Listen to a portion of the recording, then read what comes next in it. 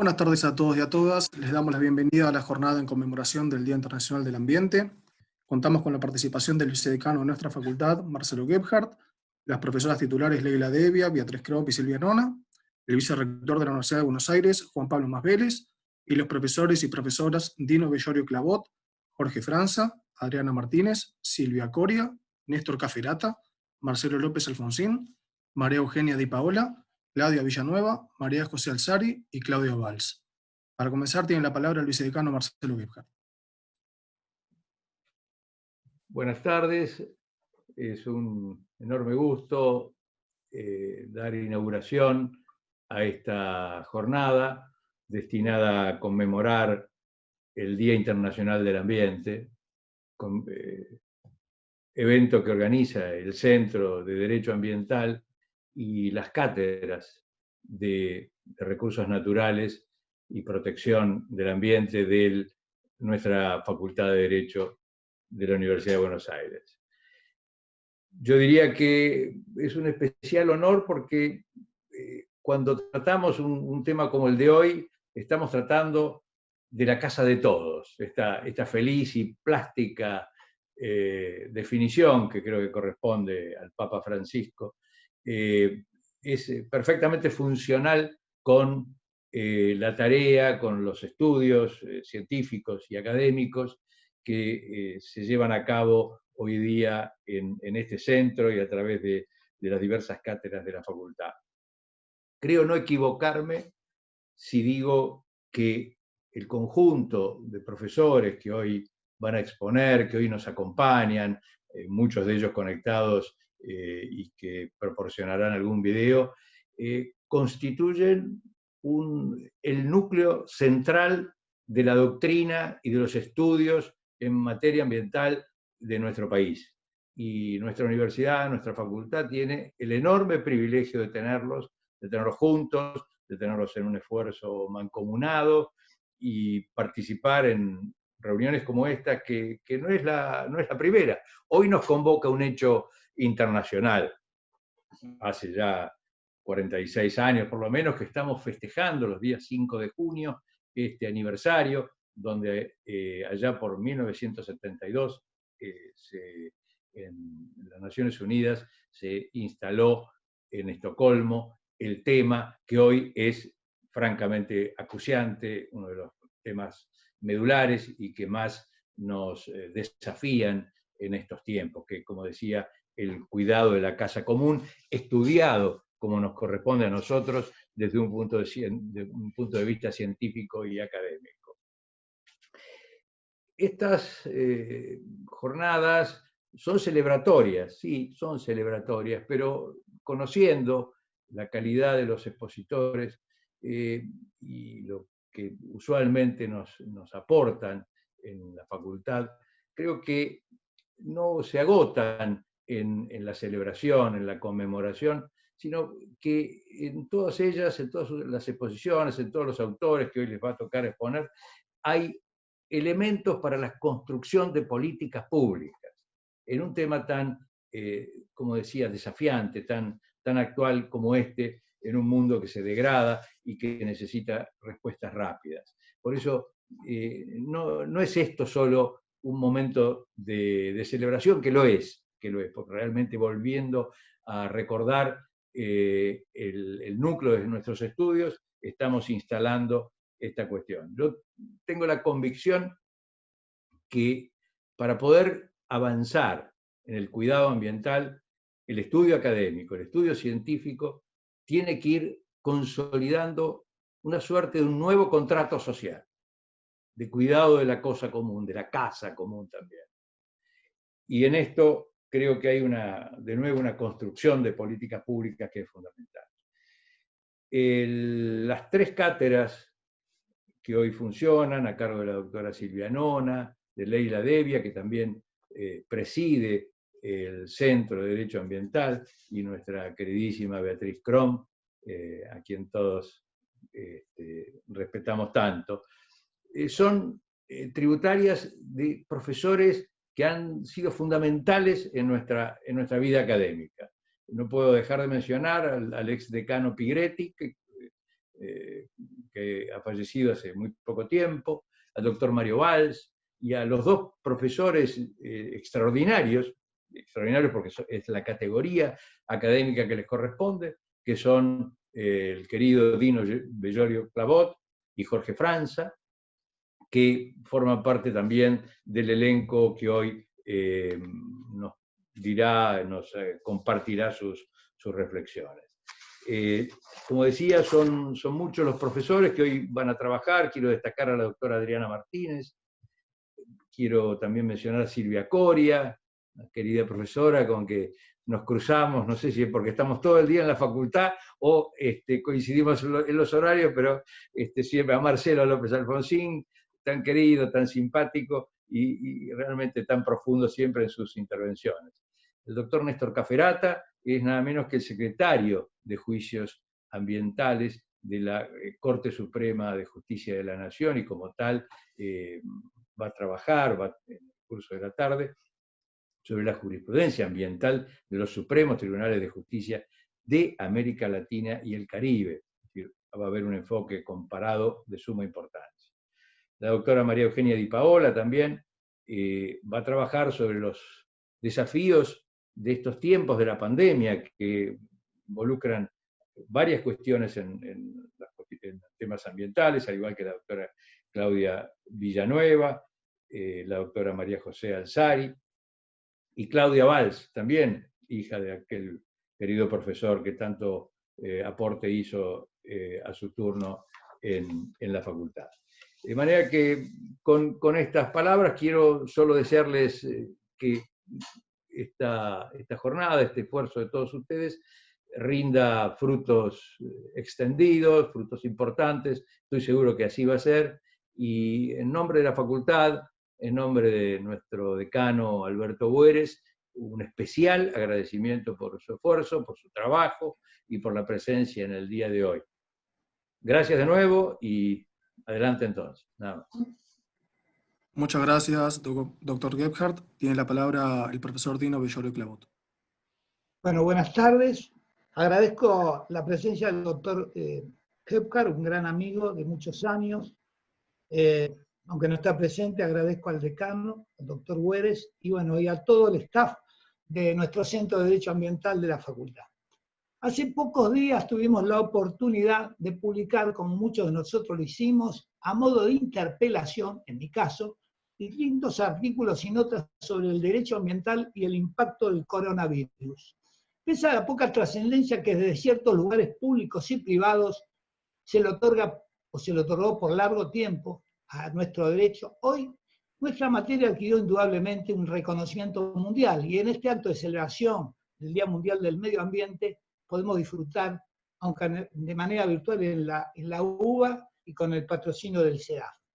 Y es que el derecho ambiental siempre propuso no solo enunciados, sino contenidos a favor de la defensa de la vida, de la naturaleza y la protección del ambiente en el que vivimos. Nuestra casa común, como dijo recién y lo expresó el señor vicedecano, en base a sus objetivos y claros principios e instituciones novedosas y eficaces que fueron consagrándose a través del tiempo.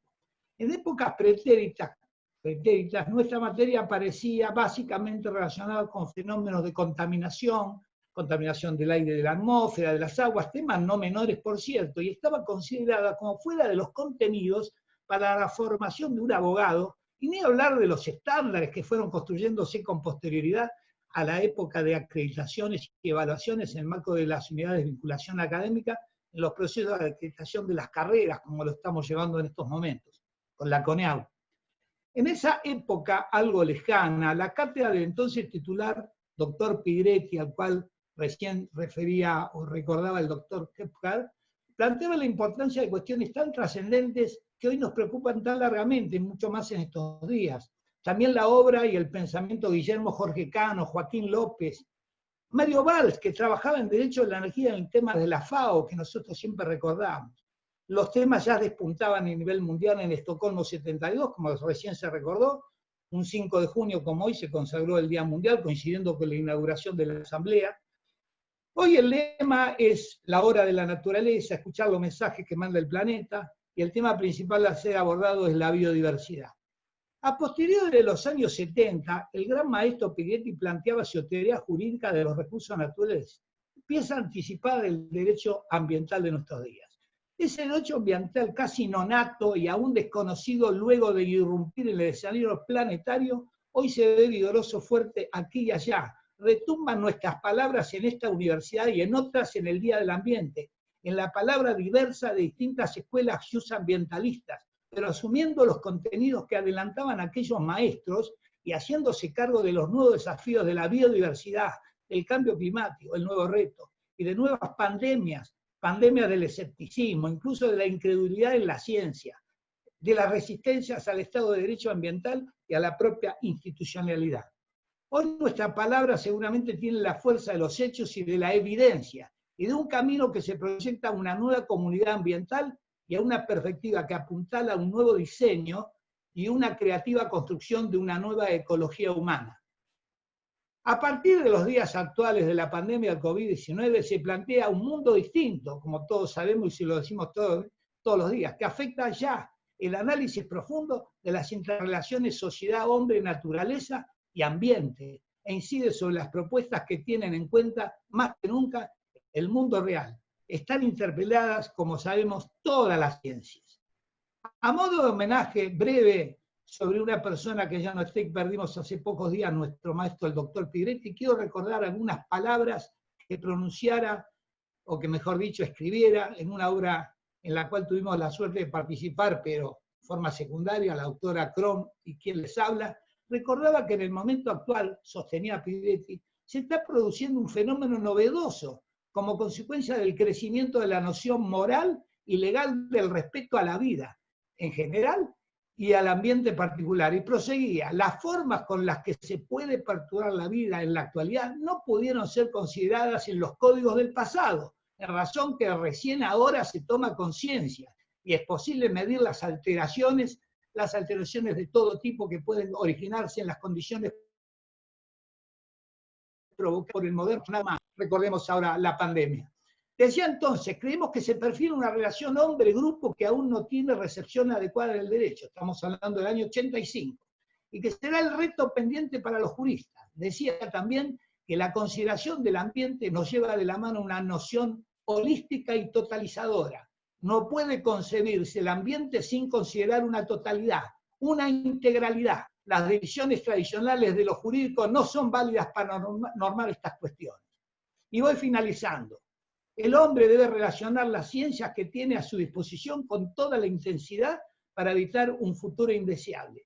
De allí la necesidad inexcusable de la integración de los saberes, idea que hemos ido desarrollando desde todas las cátedras, a partir de esas valiosas definiciones para entender y atender la problemática del ambiente y hoy desde el desarrollo humano. Las enseñanzas apuntaban ya al escenario humanismo ambiental, necesario humanismo ambiental. Todas las disciplinas deberán contribuir para lograr un sistema económico-social equilibrado que no privilegie exclusivamente el lucro como esquema del desarrollo de las naciones. No parece que lo ambiental deba quedar limitado a lo ambiental. Es frecuente ahora escuchar la frase reflexión de que todo va con todo. Las relaciones de todo con todo deben perfeccionarse y relacionarse no solo en lo formal, sino en las líneas profundas. Política, economía, ciencias naturales y sociales, más una forma de espiritualismo, deben asociarse para superar las ideologías en cuanto no sean útiles ni resulten valederas. Y finalmente apuntaba lo que él llamaba el derecho de la biosfera, que incluiría gran parte de las problemáticas y cuestiones que hoy tanto nos afectan, pero ya no es un tema de hoy, de este tiempo seguramente, pero que lo trataremos en otra oportunidad. Hoy es el homenaje a este día y todo lo que se hace en esta universidad y en otras por lograr una mejor vida y tener un futuro con un desarrollo que sirva para los hijos de nuestros hijos. Bueno, gracias por todo. Muchas gracias, doctor Dino Bellorio Clavot. Tiene la palabra la doctora Martínez. Permítanme que le habilite el micrófono. Adriana, si podés esperar un poquito.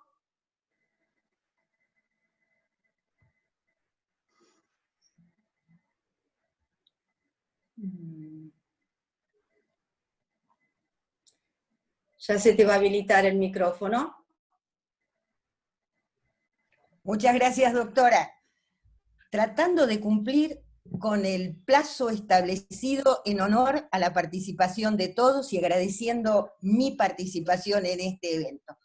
No puedo dejar de referirnos a que estamos en medio de una pandemia, de una crisis que es la conjunción sinérgica de muchas crisis. Además de lo que tiene que ver con la epidemiológica, la económica, la financiera, también ambiental, pero ecológica, ontológica y moral. Como todas las crisis nos dan oportunidades, y yo propongo reflexionar, pensar para actuar en el futuro sobre un tema que creo interesante desde ese punto de vista para completar esa visión tan amplia que nos dio el doctor Dino Bellorio Clavón. Me refiero a los derechos de la naturaleza. Todos sabemos que la visión con que nació o con que empezó a desarrollarse en el ámbito internacional el derecho ambiental fue antropocéntrica. Y con esa visión o con esa cosmovisión antropocéntrica en la que se buscaba resaltar lo que constituye la centralidad del ser humano, se comenzó a desarrollar en el marco internacional, y así las legislaciones, desde esa posición, reitero, antropocéntrica y occidental, protegiendo al ambiente, pensó también proteger esencialmente al hombre mismo, a su vida, a su salud y su integridad personal. Pero sin embargo, en el desarrollo del devenir de los tiempos, y desde mucho más atrás aún, se toma conciencia y visión de la necesidad de la protección de la naturaleza, ya no solo en beneficio del ser humano, y así se propicia otra forma de interrelación o de visión de la interrelación entre el hombre y la naturaleza, que se abre camino adoptando un ecocentrismo que afirma el valor intrínseco de cada ecosistema como totalidad y de cada uno de sus elementos como constituyentes, y de un biocentrismo que reivindica el valor de la vida como valor interno y en sí mismo. Se desarrollan diferentes posturas y filosofías y posiciones éticas y científicas, y se revaloriza la teoría ancestral de la cosmovisión. Adriana, espera un poquito, tenemos un problema. Sí.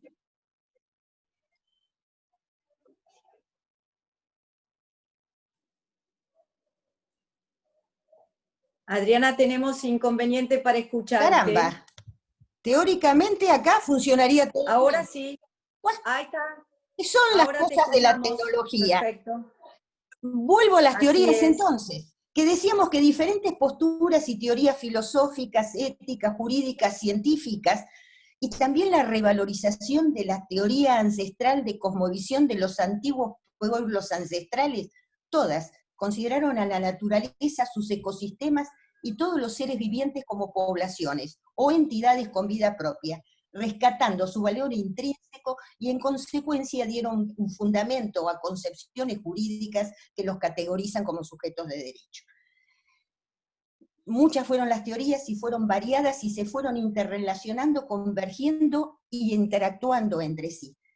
Pero también tenemos que resaltar que desde el ámbito internacional, ya con la Carta Mundial de la Naturaleza de 1982, se estableció que la especie humana es parte de la naturaleza y la vida depende del funcionamiento ininterrumpido de sistemas naturales, y se señaló que toda vida es única y merece ser respetada, cualquiera sea su utilidad para el ser humano. A nivel nacional comenzaron a desarrollarse en los sistemas jurídicos, a nivel constitucional, legal, y fundamentalmente el primer paso fue a nivel jurisprudencial, de los denominados derechos de la naturaleza, otorgándole personalidad jurídica a la naturaleza en sí, como así también a diversos ecosistemas y elementos. A nivel internacional esto se retoma con la cumbre de Río +20, cuando precisamente, y como ha sido recordado, se señala que el planeta Tierra y sus ecosistemas son nuestro hogar. Pero también se llama a una convergencia o armonía entre el hombre, la humanidad y la naturaleza, y se atiende a la diversidad natural y a la diversidad cultural, lo que se reafirma como base de la Agenda 2030 y el enfoque desde el cual se establecieron los Objetivos de Desarrollo Sostenible. La visión actual, para ser breve, está reseñada magistralmente en la opinión consultiva de Medio Ambiente y Derechos Humanos del 15 de noviembre del 2017 de la Corte Interamericana de Derechos Humanos. Ahí se resalta que el derecho a un medio ambiente sano, como derecho autónomo y a diferencia de los demás derechos, protege también a los componentes del ambiente, tales como bosques, ríos, mares y otros, como intereses jurídicos en sí mismos. Todo lo que hemos dicho hasta el momento, esos enfoques cada vez más eco y biocéntricos del derecho ambiental, están demostrando que el derecho ambiental camina paralelamente con la teoría de los derechos de la naturaleza. Y así se le reconoce que posee un derecho intrínseco, independientemente de su valoración humana, a existir, a prosperar y a evolucionar. Los derechos de la naturaleza elevan el nivel ético de la norma ambiental y posibilitan, con su simbolismo, que los jueces y administradores tengan una mirada más clara, directa, respecto a estos enfoques, y interpretar así las normas en función de orientaciones que favorezcan la naturaleza a través de principios como indubio pro natura, que también nos va a detallar la doctora Coria, y el principio de precaución. Termino diciendo que de este modo, y en este momento, cobran renovada fuerza las alternativas existentes en diversos rincones del planeta, variedad de nociones y visiones diferentes y complementarias de cómo imaginar y lograr una transformación socioeconómica vital. Son visiones que incluso nos permiten leer de otra forma, de otra manera, la realidad, con el fin de comprender de mejor manera el mundo en que vivimos. El tiempo que nos quita en revisar nuestras tradicionales categorías de análisis. Pero a la vez, y sobre todo en medio de esta megacrisis, asoman con fuerza las posibilidades de reencuentro de la humanidad con la naturaleza a partir de las visiones como las que he compartido con ustedes. Me permito terminar con una frase de Enrique Leff.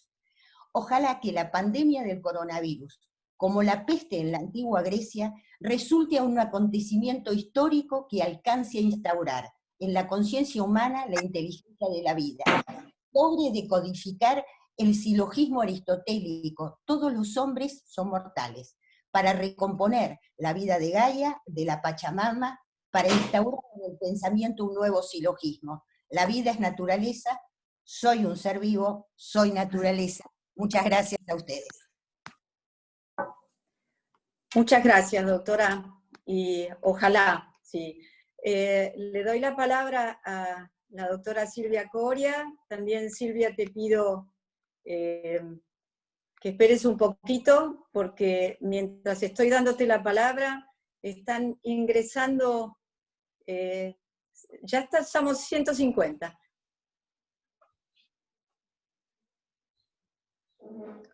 A ver, Silvia, si ya te escuchamos.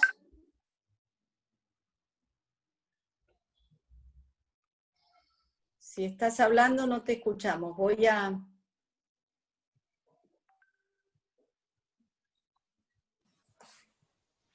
¿Ahora? A ver ahora, Silvia. Perfecto. ¿Ahora sí? Te escuchamos, bueno, perfecto. Sí. Bueno, buenas tardes a todos. Muchísimas gracias a las autoridades del Centro de Derecho Ambiental y a todos los organizadores. Realmente es un día muy importante para todos nosotros, los especialistas en Derecho Ambiental, y aparte creo que para toda la humanidad. Bueno, históricamente hablando, el hombre desde hace siglos ha utilizado y se ha servido de la naturaleza como si fuera un tenedor libre. Por lo tanto, hablar del principio de indubio pro natura resulta hasta paradójico casi, pero en épocas de pandemia parece ser que nos hemos vuelto reflexivos respecto de ciertos valores éticos. Y cómo no serlo con la naturaleza, ¿no? Con respecto a la naturaleza. Durante el primer Congreso Mundial de Derecho Ambiental de la UICN, que fue coorganizado con el Programa de Naciones Unidas sobre Medio Ambiente, la Organización de Estados Americanos, la Asociación Internacional de Jueces y otros socios en abril de 2016 en la ciudad de Río de Janeiro, se emitió la Declaración Mundial de la UICN acerca del Estado de Derecho en materia ambiental. En el marco de esta declaración, en el capítulo segundo, titulado Principios Generales y Emergentes para promover y alcanzar la justicia ambiental a través del Estado de Derecho en materia ambiental, como principio quinto se expone el principio de indubio pro natura del siguiente modo.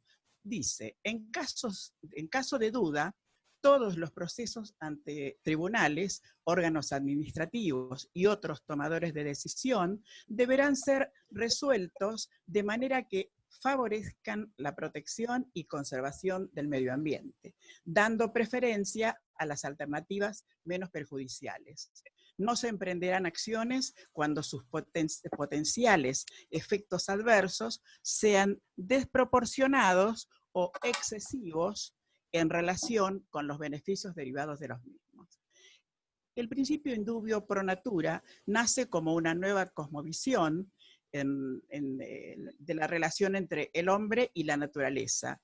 De esta forma, su planteamiento más radical se encuentra en el reconocimiento de una teoría ecológica y no antropocéntrica, como también lo dijo la doctora Adriana Martínez, que tiene su consagración jurídica en el reconocimiento de los derechos de la naturaleza, es decir, la naturaleza como sujeto de derechos. Naciones Unidas, al referirse a la sostenibilidad mundial, dice, dado que la población mundial aumentará de 7.000 millones a casi 9.000 millones para el año 2040, y que el número de consumidores de clase media aumentará en 3.000 millones durante los próximos 20 años, la demanda de recursos aumentará exponencialmente. Para el año 2030, el mundo necesitará por lo menos un 50% más de alimentos, un 45% más de energía y un 30% más de agua. Todo ello en un momento en que los límites del medio ambiente imponen nuevos límites al suministro de recursos naturales. Tal es así que el modelo de desarrollo mundial actual es insostenible. Y continúa diciendo, no podemos continuar suponiendo que nuestras acciones colectivas no darán lugar a situaciones sin retorno en la medida que no respetemos los umbrales críticos del medio ambiente, lo que puede causar daños irreversibles para los ecosistemas y las comunidades humanas. Se puede decir de alguna manera que este principio es una manifestación importante de la idea de desarrollo sostenible que propugna la defensa de los valores ambientales como soportes de la vida humana y la necesidad de adaptación a sus reglas para gozar de estabilidad vital, social y económica.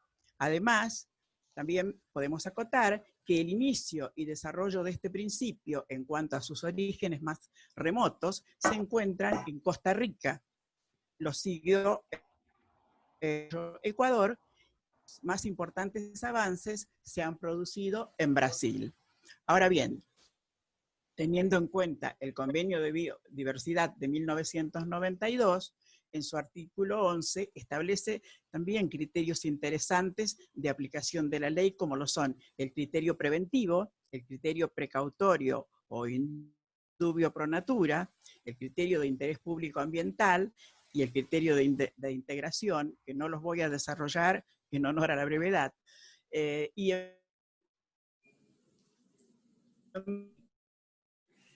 Silvia, ha reconocido la naturaleza. Silvia, te pido que repitas, cuando terminaste en honor a la brevedad, y ahí se te cortó un poquito, si podés retomarlo. A ver.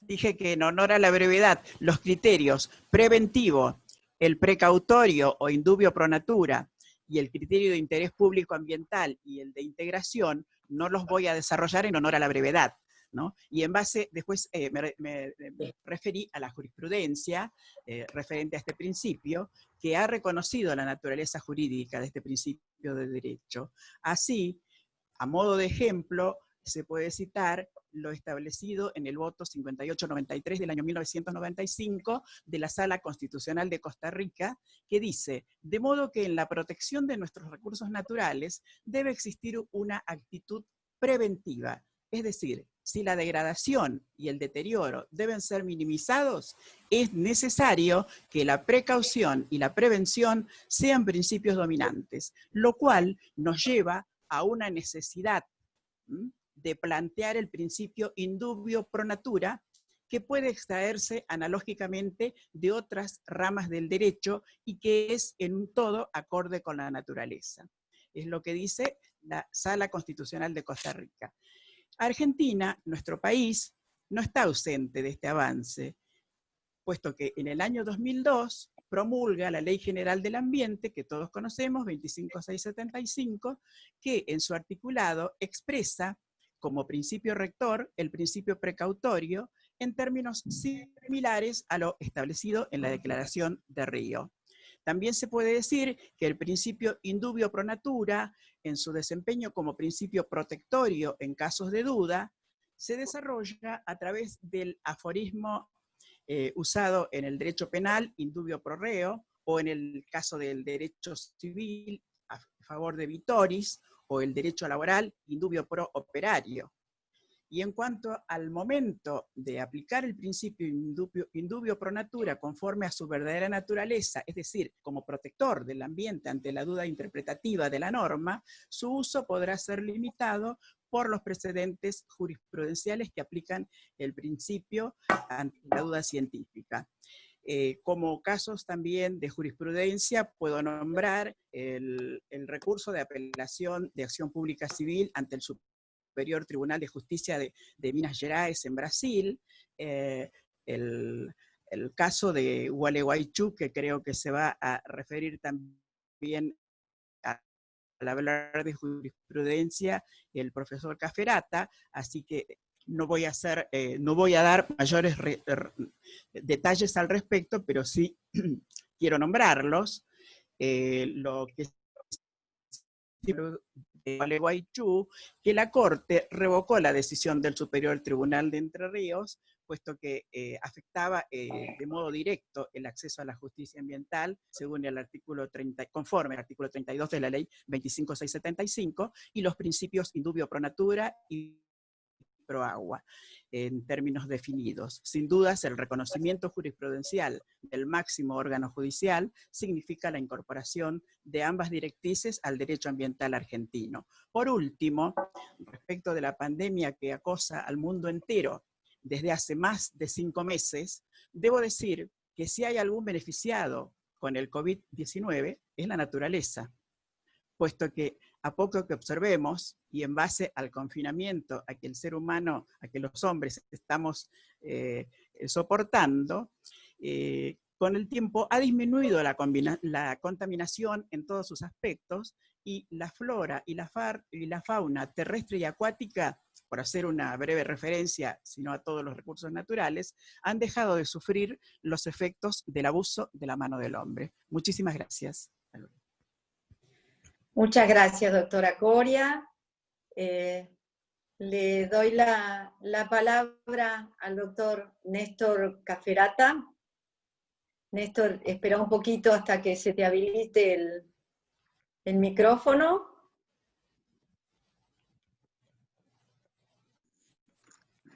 Ahí estamos. Perfecto, te escuchamos. Bueno, buenas tardes, muchas gracias por la invitación.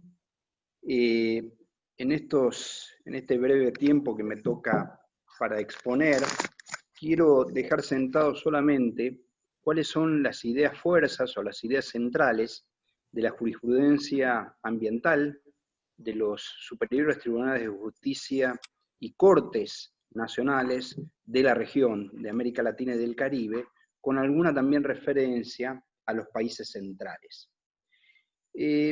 Este análisis en general no puede realizarse si no se tiene en cuenta cómo ha ido cambiando la cultura jurídica. Digo esto porque hoy día estamos inmersos en el llamado Estado constitucional del derecho. Lo que se ha descubierto, sobre todo a partir, yo diría, de la Segunda Guerra Mundial, a través de las ideas del neoconstitucionalismo, es algo muy sencillo pero efectivo, que es la fuerza normativa de la Constitución. En el ámbito del derecho privado se habla del derecho privado constitucional. Esto significa, dicho de manera muy breve, que la ley cede su paso a la Constitución como fuente del derecho. El neoconstitucionalismo produce una serie de reformas estructurales en las cartas magnas de nuestros países de la región y incorporan nuevos derechos, entre los cuales se destaca el derecho ambiental.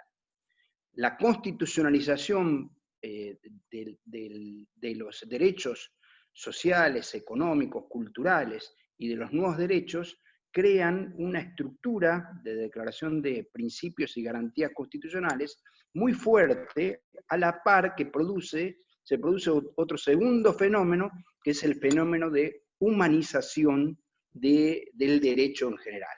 Es decir, acá tenemos dos fenómenos que hay que tener en consideración.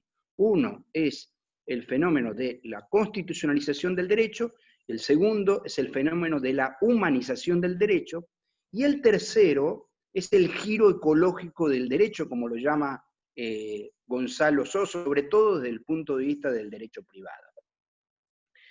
Hay Zagrebelsky y Jorge Gamarra en Uruguay dicen que lo que produce el neoconstitucionalismo es un cambio en la función del juez y además el nacimiento de un derecho más alto que se caracteriza por constituirse en un conjunto de normas integrados por reglas y principios.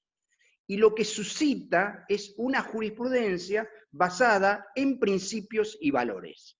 Y ese fenómeno es lo que se advierte actualmente en la jurisprudencia ambiental de la región de América Latina. Recién Silvia Coria hacía mención del fallo de la causa Majul, Luis Majul, contra el municipio de General Belgrano, relacionado también con el municipio de Gualeguaychú, en Entre Ríos, en relación a la protección de los humedales del Parque Unzué, en la zona de Gualeguaychú. Ese fallo es del 11 de julio del 2019 y la Corte efectivamente invoca dos principios nuevos, el principio indubio pro natura y el principio indubio pro agua. Los dos son frutos de la labor de la IUCN, en el que mencionaba Silvia, efectivamente es una declaración sobre el Estado de Derecho Ambiental del año 2016, el segundo es del año 2018 y es fruto de una conferencia de jueces.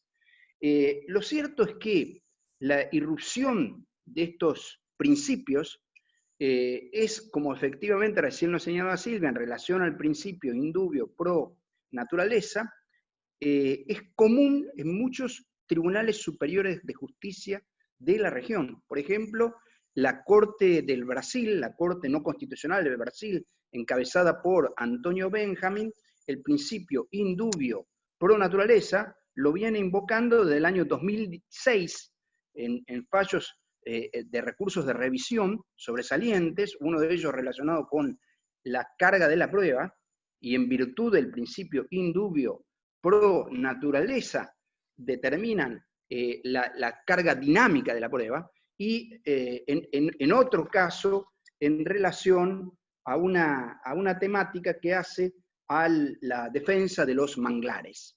Esto en el año 2012. O sea, tenemos fallos de la Corte del Brasil y muy recientemente de la Corte de Costa Rica, como lo señaló Silvia, y muy recientemente un fallo paradigmático de la Corte Mexicana, en un recurso de revisión de un amparo del 14 de noviembre del 2018, en la causa relacionada con el Parque Temático Ecológico Centenario, de la Laguna del Carpintero en Tampico, México. La Laguna del Carpintero es un humedal que está provisto de manglares. Se había desarrollado una obra de un parque temático ecológico de tipo comercial, llamado Centenario, y no se había realizado el estudio de impacto ambiental. Se detuvo la obra por intervención de la Corte Mexicana, pero lo más interesante del fallo desde el punto de vista doctrinario es que el fallo está centrado en principios de derecho ambiental. El principio precautorio, el principio preventivo, el principio indubio pro naturaleza y el principio de no regresión o principio de progresividad. No es la primera vez que veo que un Tribunal Superior de Justicia, una Corte Nacional de la región, adoptan decisiones basadas en el microsistema jurídico ambiental, digo, en los principios y los valores jurídicos. Lo hizo también la Corte de Colombia en la causa de la Amazonia, que en un fallo del 5 de abril del 2018, en una acción de tutela, en defensa del Amazonía colombiano, por la deforestación, en la que termina ordenando que se implementara un plan que contrarreste la deforestación de la región de la Amazonia, un plan integral de vida de la Amazonia. También invoca los tratados, el convenio marco de cambio climático y el protocolo de Kioto, por los gases efectos invernadero que se producen a partir de la tala ilegal o del desmonte de grandes masas boscosas de la Amazonia, pero lo cierto es que el fallo está basado, entre otros principios, además del principio de precautorio y el principio preventivo, en el principio de equidad intergeneracional y en el principio de sustentabilidad. Esto mismo podríamos decir con respecto a fallos de cortes de países centrales. Por ejemplo, el caso Urgenda, que es el caso que promueve una ONG junto con 900 ciudadanos de Holanda en el Tribunal de La Haya, contra el Estado holandés, porque no cumple con las pautas establecidas en el protocolo de Kioto y el Acuerdo de París. Lo cierto es que este fallo, definitivamente, está basado en principios. Principio de equidad intergeneracional, principio de precaución, principio de prevención, principio de alto nivel de protección, principio de responsabilidades comunes, pero diferenciadas. Yo lo que noto es que vamos caminos hacia un sistema de principios y valores que operan como la cláusula de cierre del sistema, como lo establece ahora el Código Civil y Comercial en el artículo 2. El Código Civil y Comercial en el artículo 1 adopta la fórmula del neoconstitucionalismo. Los casos que rigen este código se resuelven por la ley que resulte aplicable conforme con las disposiciones de los tratados de derechos humanos y conforme con la Constitución. Y el 2 dice que la ley se va a interpretar por las palabras, por las finalidades, por la analogía, por los principios de las disposiciones de los tratados de derechos humanos, por los principios y los valores jurídicos, todo ello de manera coherente. Esta idea que los principios operan de manera no ya subsidiaria, sino de una manera equiparable a la propia ley y que operan como la cláusula de cierre del sistema, es lo que se nota a través de los fallos paradigmáticos de los tribunales superiores de justicia de nuestra región, tanto de la Argentina, Brasil, Perú, Colombia, como de Costa Rica u otros países de nuestra América Latina. Esta es un poco la idea que quería resumirles en este tiempo que me toca intervenir. Muchísimas gracias por la atención, gracias por todo. Muchas gracias, doctor. Le doy la palabra al doctor Marcelo López Alfonsín.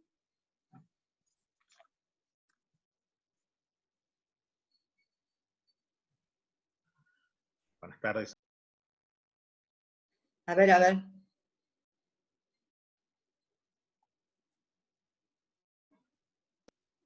Buenas tardes a todos y a todas. A ver ahora, Marcelo. ¿Ahora voy bien? ¿Ahora? Sí, sí. Perfecto, te escuchamos. Bueno, buenas tardes a todos y a todas. Decía, sean mis primeras palabras de agradecimiento a las 3 profesoras titulares que tan gentilmente han realizado esta convocatoria a todos los profesores de esta facultad. Integramos sus cátedras al Centro de Derecho Ambiental y en la figura del vicedecano de la facultad también no solamente un agradecimiento, sino un reconocimiento a una práctica que viene justamente, como señalaba el profesor Gregorio Clavot, desde que el doctor Pigretti fue decano de esta facultad, es de celebrar este Día Mundial del Medio Ambiente que proclamó las Naciones Unidas hace ya varios años, como un acto con la máxima jerarquía institucional. Perdón. Así que muchísimas gracias, Marcelo, también por tu presencia. Voy a tratar de ser breve, como hacían o los obligan a los presidentes de todo el mundo cuando llegan a la Asamblea General de las Naciones Unidas a hablar en no más de 5 minutos. Así que si los presidentes lo pueden hacer, ¿por qué no lo podemos hacer nosotros? Primera pregunta que nos dan en estos tiempos tan particulares que estamos viviendo desde hace ya casi 80 días. El tema es cambio climático y crisis sanitaria, o reflexiones sobre el cambio climático y crisis sanitaria. Y la primera pregunta que se me disparó para poner este título cuando fui convocado a esta celebración es: ¿por qué visualizamos? ¿Por qué comprendemos? ¿Por qué nos bancamos de alguna forma? Estar 80 días encerrados en nuestras casas porque hay una catástrofe y no somos capaces al mismo tiempo de entender que tenemos una catástrofe ambiental, como es la del cambio climático, con el mismo grado de certeza científica. Dicho de otra forma, ¿por qué los epidemiólogos pueden determinar que nosotros estemos acá encerrados desde hace 80 días y no podemos creerle a los científicos que ya desde hace muchísimo tiempo han determinado que el calentamiento global existe, más allá de las teorías negacionistas que existan sobre el tema? Entonces, ¿por qué sí nos encerramos por la pandemia? ¿Por qué es una catástrofe? ¿Por qué no es una catástrofe el cambio climático? Entonces, muy breves reflexiones. Primero, este es un año clave para las negociaciones climáticas, para lo que tiene que ver con el convenio de cambio climático, el Acuerdo de París firmado en el año 2015. ¿Por qué? Porque hacia fin de este año, en la postergada o suspendida por ahora reunión de Glasgow, de la conferencia entre las partes, la COP26, cada uno de los estados iba a revisar los compromisos asumidos en relación con el calentamiento global, o, dicho de otra forma, con la reducción de gases de efecto invernadero de acuerdo a las medidas de mitigación y de remediación que se había comprometido hace ya unos años.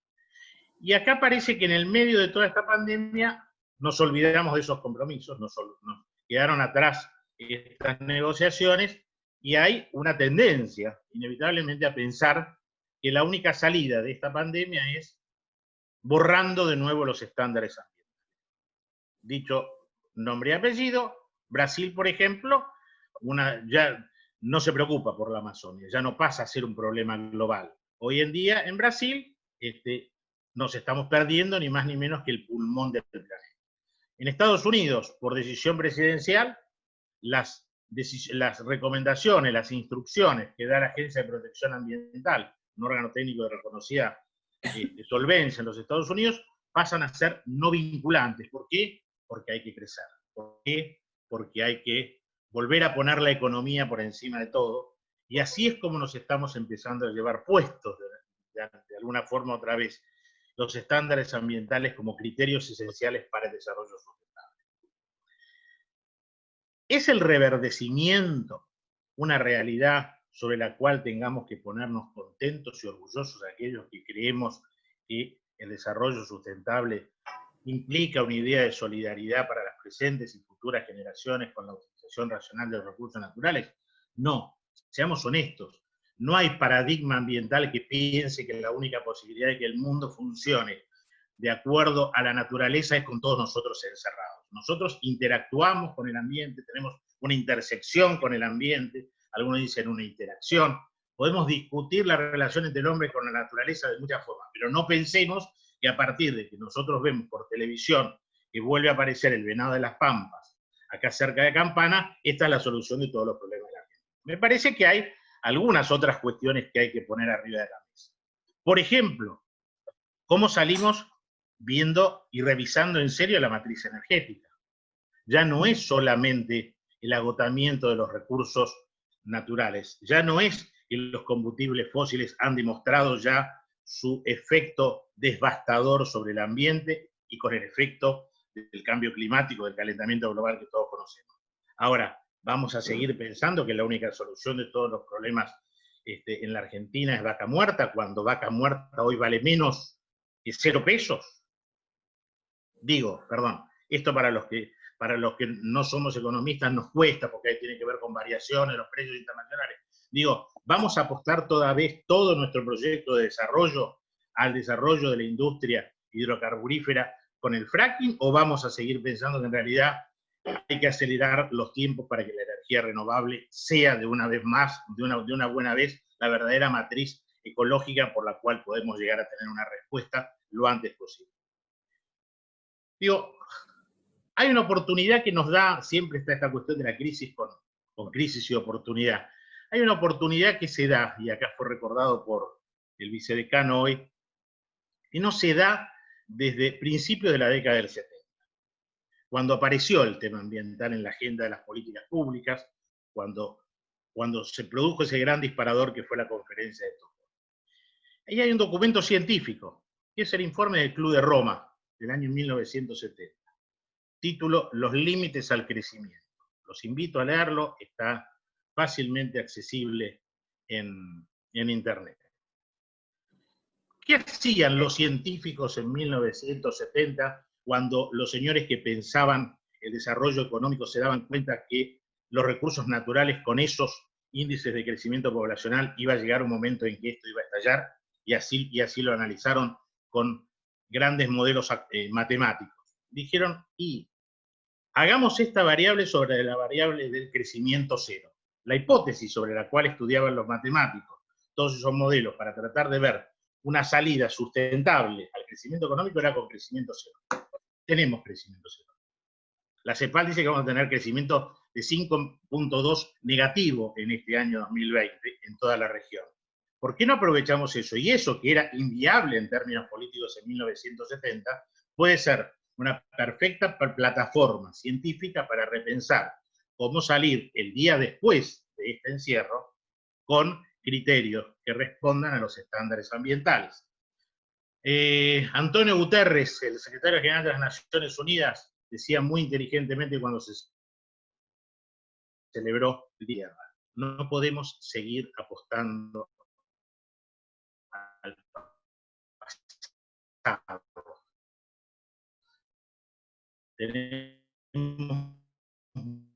muy poco, entonces ustedes al futuro. Pasaron los timbres y son las renovables. Me parece un buen desafío para pensar algunas cuestiones que tienen que ver con una agenda que es mucho más inmediata y más urgente que estamos pensando. Que no es porque en el medio no tengamos todos los estándares ambientales con los que nos vamos a solucionar el problema de crecimiento del día después. La verdad es que tenemos que salir de esta situación con una estrategia de desarrollo humano, como es el paradigma constitucional, que por lo menos haga que todo este año 2020, en el cual todos sentimos que lo vamos a recordar como el año que nos lavamos las manos, sea un año en el cual no nos lavemos las manos, pero para salvar de una buena vez el camino del planeta. Muchísimas gracias.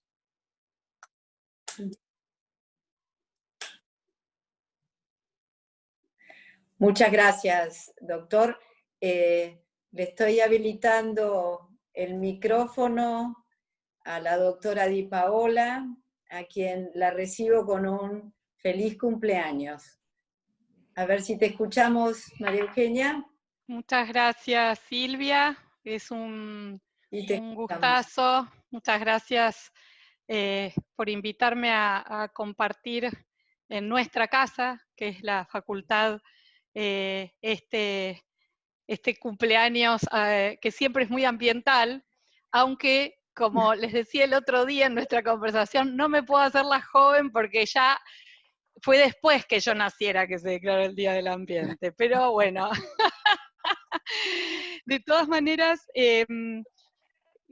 vuelvo a agradecer y también agradecer la iniciativa constante, un poco en línea con lo que formulaba Marcelo, ¿no? Qué importante que ha sido y que es para nosotros como cuerpo docente sentirnos parte protagonista también en nuestra querida facultad, en nuestra querida universidad, y en esta tarea que es constante, en algo que nos vienen pidiendo los jóvenes ya desde hace tiempo y que ahora se hace muy presente todos los viernes prácticamente, hasta en forma virtual, para que tomemos cartas en el asunto.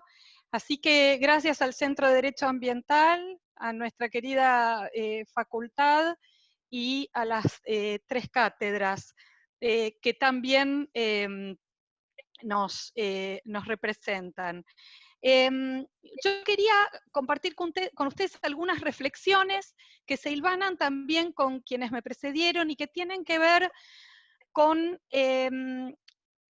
unas líneas que estuve trabajando estos días y que tienen que ver con esta oportunidad que nos ofrece el estar encerrados en este momento, como en una especie de retiro global, en el cual podríamos, en honor, yo en mi juventud, para tomar muchas decisiones muy importantes, recurrí, ¿no?, a retiros, a espacios de reflexión espirituales, analíticos, que me sirvieron mucho para poder tratar de esclarecer hacia dónde quería ir con mi vida, y creo que de alguna manera, como planeta y como humanidad, estamos en un momento de reflexión y que podemos aprovechar en este sentido. Y bueno, y en ese sentido, por un lado, en cómo estamos, claramente no estamos bien, claramente el IPCC nos señala que no tenemos que aumentar el 1,5 grados de temperatura y todavía no llegamos a cumplir este objetivo con las contribuciones determinadas que se han presentado en el ámbito del Acuerdo de París. Por otro lado, en materia de biodiversidad, el IPBES, que es el organismo científico, la plataforma científica al respecto, también nos habla de que estamos frente a una posible 6ª extinción masiva de especies. La desigualdad y la pobreza nos presentan índices muy preocupantes a nivel global, que operan como una caja de resonancia de alguna forma de los conflictos ambientales. Y entonces, en este sentido, ¿cómo desde nuestra labor y desde el derecho podemos encontrar caminos que brinden algún tipo de horizonte, ¿no?, frente a esta situación preocupante? Por un lado, analizando que como llegamos hasta acá, en muchos casos, en avances que se dieron en la humanidad, y sufrimos de un problema que yo creo que ha sido una constante, que ha sido la disociación. Se han tomado decisiones disociadas de, por ejemplo, el impacto social y ambiental de ciertas decisiones económicas, nuevas sustancias, nuevas tecnologías, y esto ha llevado a un desbalance que también ha atentado contra la paz, y en esa línea también hilvano con el documento del Club de Roma y los límites del crecimiento, que ya desde allí la comunidad científica, hasta la reciente, hace 5 años, encíclica Laudato Si, nos alertan de esta crisis social y ecológica, y la encíclica nos llama también a este necesario cambio individual y colectivo. Y en este desequilibrio que vivimos, la crisis que nos presenta y la emergencia de la actual pandemia no es un hecho aislado, porque la principal hipótesis tiene que ver con su origen zoonótico, que va de la mano con un esquema de desigualdad y de desequilibrio. Entonces, vuelvo al derecho. ¿Por qué? ¿Por qué el derecho ambiental y por qué los derechos humanos nos pueden brindar una ayuda en nuestra perspectiva? Y porque claramente como humanidad hace 75 años decidimos trabajar en conjunto, trabajar en pos de lo que es el Sistema Internacional de Derechos Humanos, y en lo que luego se grafica en la Agenda 2030 del Desarrollo Sostenible, que congrega la protección ambiental, la inclusión social y el crecimiento económico. Y esto claramente en nuestro país, con nuestro marco jurídico, nuestra Constitución, las leyes, la Ley General del Ambiente, las leyes ambientales, y la reciente también Ley de Cambio Climático, nos presenta un horizonte, es decir, sabemos hacia dónde queremos ir, pero ¿por qué ¿por qué no podemos cambiar esta realidad? Y en realidad queremos cambiarla, porque el principio precautorio que ha sido mencionado y que es tan necesario en nuestra visión y que se está implementando ahora en el abordaje de la pandemia, nos da herramientas, pero claramente opera frente a la posibilidad de un daño grave, irreversible, y es muy importante que lo tengamos en cuenta.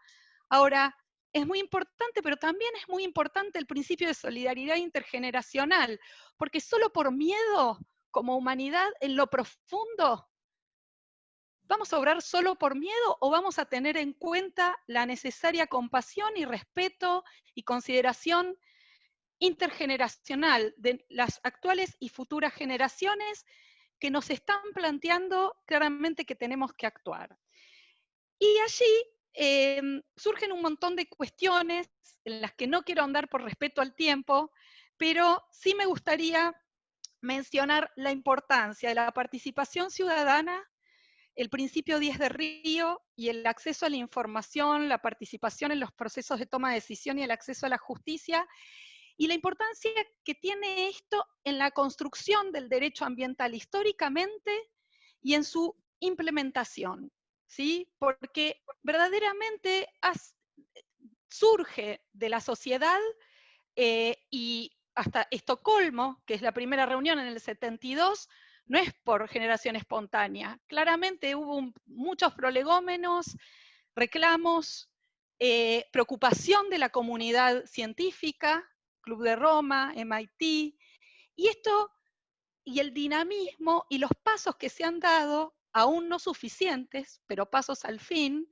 toda una estructura normativa y demás, se ha dado también por este dinamismo del derecho ambiental y por la necesidad de que este derecho humano al ambiente se plasmara en la normativa y en la institucionalidad. Y en esta transición que necesitamos hacia el desarrollo sostenible y para hacer frente verdaderamente a la pandemia con una mirada que aborde esto que el secretario general plantea de reconstruir mejor, que es abordar no solo la crisis del coronavirus, sino también herramientas que nos permitan hacer frente a la crisis climática, a la crisis ecológica, de la biodiversidad. A mí me gustaría plantear de la mano de los abordajes que mencionaba Marcelo previamente, hilvanando con la cuestión de las energías y las energías renovables, la eficiencia energética y el acceso a la energía, otro aspecto clave que tiene que ver con las soluciones basadas en la naturaleza y que une lo que nos plantea el convenio de biodiversidad con el convenio de cambio climático y de alguna manera sus aliados, ¿no? Que son el convenio de lucha contra la desertificación y otros instrumentos de suma importancia que también forman parte de nuestro marco jurídico. Porque de alguna forma, estas soluciones basadas en la naturaleza que se vinculan, y repito, de la mano del abordaje en materia de energía, estas soluciones tienen que ver con trabajar con las comunidades también en situación de vulnerabilidad y con las que hoy ya se llevan a cabo proyectos positivos, pero que requieren de una mayor escalabilidad y de llegada para verdaderamente imbricar la matriz productiva, los empleos verdes, la transición justa y claramente también la consideración de esta mirada de la economía circular frente a una historia de cultura del descarte, ¿sí? El involucrar y el considerar a los residuos en esta línea, en una tendencia hacia que sean considerados recursos, en una mirada de la eficiencia de recursos. Claramente estas son distintas herramientas con las que contamos hoy, que se imbrican en el derecho humano al ambiente, en el sistema, y que nos pueden dar herramientas para hacer frente a esta situación de emergencia que vivimos hoy, pero pensando verdaderamente integralmente. Y a mí me gustaría cerrar con 3 líneas que yo creo que se vinculan a esta mirada integral del derecho humano al ambiente junto con el conjunto de los derechos humanos y la Agenda 2030, y que tiene que ver con que estas herramientas puedan dar paso a que esta recuperación considere a la integralidad y la acción mancomunada por sobre la disociación, la precaución y la acción preventiva por sobre el daño irreversible, y la transición justa por sobre el sálvese quien pueda. Creo que las y los jóvenes nos lo están recordando todos los viernes, y que no podemos dejar de considerarlos, y que tenemos una gran responsabilidad para continuar y profundizar nuestra labor en nuestra querida Casa de Estudios. Muchísimas gracias. Muchas gracias, doctora. Bueno, ahora tiene la palabra la doctora Claudia Villanueva.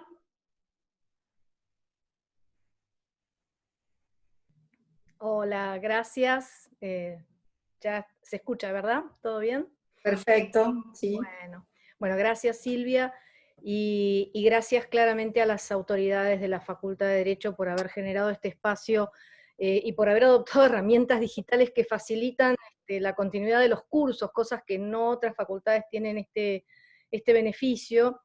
Y gracias al CEDAF por hacer estos encuentros, y en particular a las titulares de las cátedras, las doctoras Devia Nona y Crom, porque nos dejan también legados y nos enseñan con su compromiso ambiental.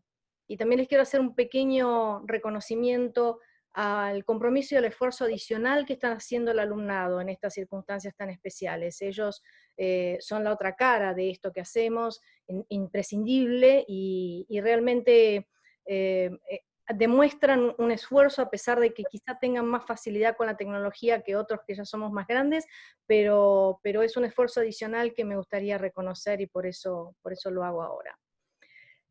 Hoy celebramos el Día del Ambiente en unas circunstancias realmente atípicas. Es el primer 5 de junio en donde nos reúne virtualmente, aislados socialmente, y de manera preventiva y a nivel global. Y le estoy agradeciendo a María Eugenia que me precedió, porque muchas de las cosas que ella menciona de alguna manera se hilvanan con lo que yo voy a centrar en mi charla. Pasaron 48 años de la Conferencia de Estocolmo, este es el hito que pone fecha a esta celebración, y en casi medio siglo hubo importantes avances en los principios, se celebraron muchos acuerdos internacionales, una variedad de nuevos procedimientos técnicos y administrativos que acompañan día a día los avances científicos y de los que se nutre el derecho ambiental. La historia nos habla de múltiples pandemias, ¿sí? Con orígenes y con circunstancias diversas, pero tuvieron en común un denominador, que es las condiciones de hábitat y salubridad, acompañando con el número exponencial de un aumento de la población. Pero la incertidumbre respecto de qué es lo que va a pasar con el mundo post-pandemia es una preocupación que solamente tiene preguntas. ¿Cómo seguiremos administrando la escasez del agua? ¿Cómo la calidad del aire? ¿Cómo el acceso a los recursos naturales? ¿Cómo podemos implantar un sólido criterio ordenador en relación al tratamiento de los residuos peligrosos o de los residuos en general? ¿Cómo instaurar los principios de la economía circular? ¿Cómo lograr un equilibrio entre la producción con y de hidrocarburos y aquella en la que median las energías renovables? Para la reflexión de hoy quiero compartirles entonces un análisis de uno de los tópicos que para mí tiene mayor trascendencia en cuanto a la dificultad que plantea en este contexto del mundo post-pandemia, que es el ordenamiento territorial. El hacinamiento poblacional se contrapone al aislamiento social y se posiciona como el primer vector que facilita la transmisión del virus. Hacinar es una palabra que tiene su origen en el latín y que viene de hacina, que significa amontonar, acumular, juntar de manera desordenada. Cuando decimos hacinamiento, se nos presenta la imagen de los barrios marginales, carentes de servicios públicos, las villas de emergencia, los asentamientos irregulares, los amontonamientos desordenados donde conviven personas, residuos, injusticia y olvido. Un lugar laberíntico en el que no se puede mover libremente, en el donde no hay una distancia mínima para el espacio personal, donde pareciera que no se puede respirar. Sin embargo, el hacinamiento también está observado en el transporte público, saturado en su capacidad, en la densidad poblacional que ya no resiste ninguna presión, en las centralidades administrativas de las megaciudades, esas que por definición cuentan con más de 10.000 millones de habitantes, y que en la actualidad son 32 en el mundo, y que se estima que en el 2050 van a duplicar su número, nucleando el 80% de la población mundial en ellas. El ordenamiento territorial es un catalizador del desarrollo de las regiones y requiere una comprensión muy detallada de las realidades locales. ¿Para qué? Para desplegar un plan en el cual las condiciones socioambientales en que viven, trabajan las personas, definan el alcance de su vulnerabilidad. Ahora, ¿tenemos un plan en la Argentina? La Ley General del Ambiente, que ya la hemos citado, ha sido citada acá por mis antecesores, en su artículo 8º instruye un ordenamiento ambiental del territorio como un instrumento de política y gestión ambiental, y lo define en el artículo 9 como el instrumento idóneo para desarrollar la estructura de funcionamiento global del territorio de la nación. El Estado Nacional cuenta con un plan estratégico territorial en estado de avance. En el año 2018 se presentó un avance, el número 4, en el marco de la 18ª Asamblea del COFEPLAN que fue creado en el año 2008. El Plan Estratégico Territorial es un instrumento de planificación y ordenamiento territorial que da un balizamiento para la inversión pública y la privada y logra la concreción de políticas nacionales y del desarrollo regional. Este PET debe ser una política de Estado, y hoy está postergada. El anteproyecto de Ley de Presupuestos Mínimos de Ordenamiento Territorial para el Desarrollo Sustentable, Equilibrado y Socialmente Justo fue presentado durante la última asamblea del COFEPLAN en noviembre de 2019, muy poquito antes de que comenzara la pandemia en China. En este anteproyecto, el ordenamiento territorial es una expresión espacial de la política económica, social, cultural y ecológica de toda la sociedad. Y si nos paramos en ese punto, entonces, las inmensas superficies del conurbano bonaerense, que hoy rebalsan de precariedad y es una falta notable de servicios esenciales, habla de políticas y economías disonantes con los principios de accesibilidad a un hábitat adecuado y a una movilidad universal. El hábitat adecuado, recordemos, es aquel que brinda las condiciones mínimas de seguridad y salubridad, y es el que hace de escudo frente a la pandemia. El desafío de las ciudades sostenibles es un replanteo en la planificación, enfocado en la conciencia social y climática. Es fundamental que la planificación urbana tenga en cuenta estos criterios de ordenamiento ambiental del territorio. Y la técnica de ordenamiento que acompaña las prácticas de estandarización, que es otra vertiente, pueden ser muy efectivas y coadyuvantes con políticas públicas. Un nuevo concepto en torno a las ciudades sostenibles es el que sugiere las denominadas Smart Cities, o ciudades inteligentes. Las Smart Cities son aquellas con las que se aplican tecnologías de información y de comunicación, las denominadas TIC, con el objetivo de promover infraestructura que garantice el desarrollo sustentable, el incremento de la calidad de vida de los ciudadanos, la mayor eficacia de los recursos disponibles y la participación ciudadana, claramente, como decíamos hace un rato. Para calificar dentro de esta categoría de Smart Cities, las ciudades tienen que contar con abastecimiento energético, reducción de emisiones de efecto invernadero, contar con planificación del tráfico y del tránsito vehicular, contar con una logística apropiada para proveer de bienes y servicios, materias primas, prestar servicios sanitarios y de seguridad a todos los quienes residan en estos enormes y masificados centros de población. El único camino viable que se puede ver para ir desde el hacinamiento de los barrios carenciados a la Smart City es un mundo de post-pandemia en donde se priorice la agenda de los gobiernos al tratamiento de las inequidades, de las opresiones que ejercen los poderes sin control, que no permiten respirar económica y sistemáticamente. La pandemia del COVID me llega en una situación de inequidad preexistente en el mundo, en realidad, de una crisis económica que nunca se resolvieron. Esa inequidad que es la facilitadora de la expansión y de la virulencia del COVID. Las ciudades post-pandemia tienen que revisar sus códigos de edificación, de habilitaciones, de planeamiento.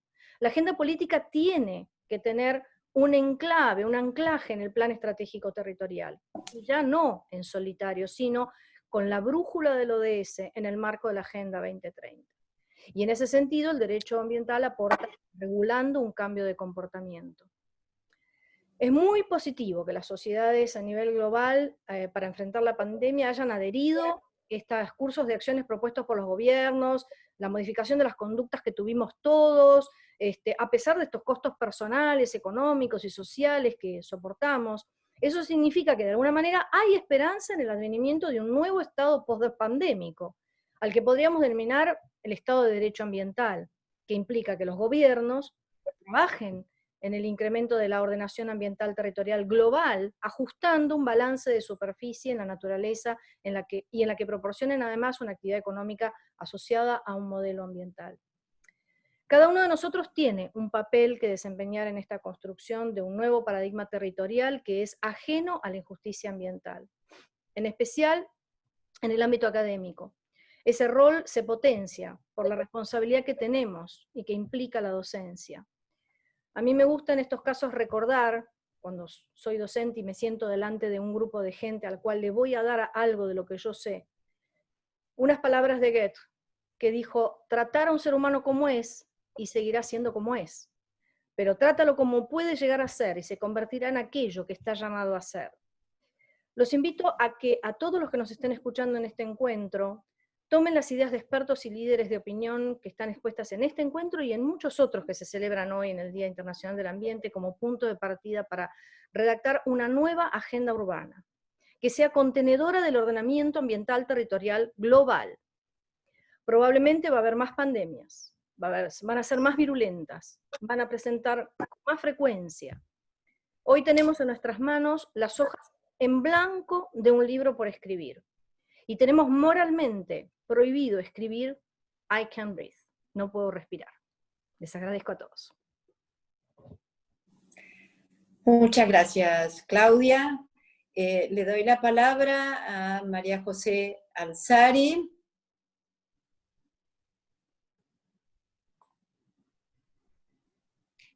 ¿Ahí? ¿Me escuchan? Perfecto, María José, sí. Bueno, muchas gracias, Silvia. Bueno, agradecerte a vos, a Leila y a Beatriz, las dos titulares de cátedras que hoy nos dan este espacio para poder compartir algunas ideas e intercambiar visiones.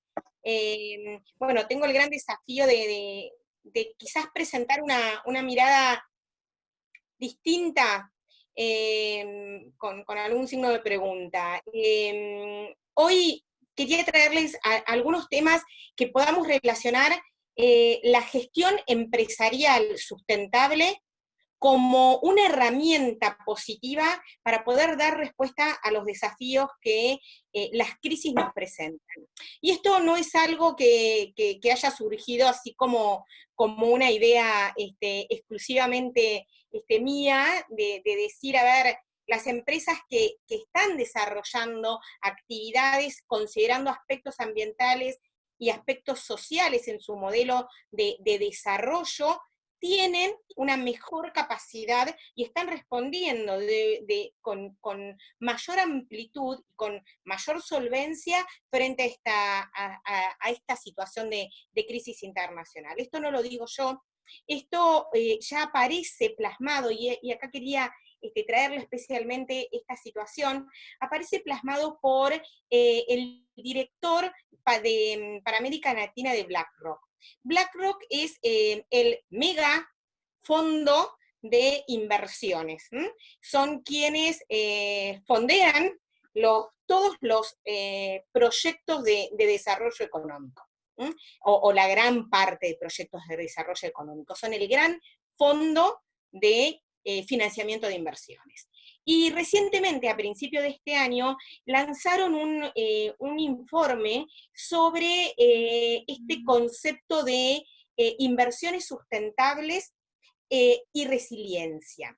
Y justamente lo que identifican claramente, de acuerdo a índices elaborados en este primer trimestre de 2020, es que aquellas empresas que incorporaron dentro de sus sistemas y sus estrategias de gestión aspectos ambientales, sociales y de gobernanza. Cuando hablamos de gobernanza estamos hablando de aspectos que tienen que ver con la transparencia principalmente, son los que tuvieron mayores capacidades de resiliencia frente a la crisis.